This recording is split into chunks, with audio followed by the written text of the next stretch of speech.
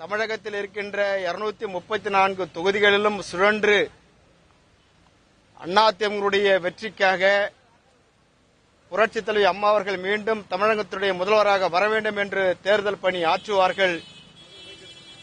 அதற்கு உண்டான மரியாதையை அம்மா அவர்கள் தருவார்கள் என்று எங்களுக்கு அளிப்பார்கள் என்று நாங்கள் எதிர்பார்க்கின்றோம்.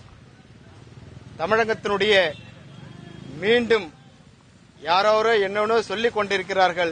ஆனால் அதையெல்லாம் என்னதான் பத்திரிகைகள் கருத்து கணிப்புகளை தெரிவித்திருந்தாலும் அதையெல்லாம் சுக்குநூறாக உடைத்து 200 தொகுதிகளிலே அனைத்து இந்திய அண்ணா திராவிட முன்னேற்ற கழகத்தினுடைய கொடி பறக்கும். 200 சட்டமன்ற உறுப்பினர்கள் சட்டமன்றத்துக்கு போவார்கள். இந்தியாவிலேயே இல்லாத அளவிற்கு ஒரு மாபெரும் சட்டமன்றமாக தலைவராக மாண்புமிகு புரட்சித் தலைவர் அம்மா அவர்கள் திகழ்வார்கள் என்று புரட்சி பாரதம் உறுதியாக கூறிக்கொள்கின்றது. வணக்கம்.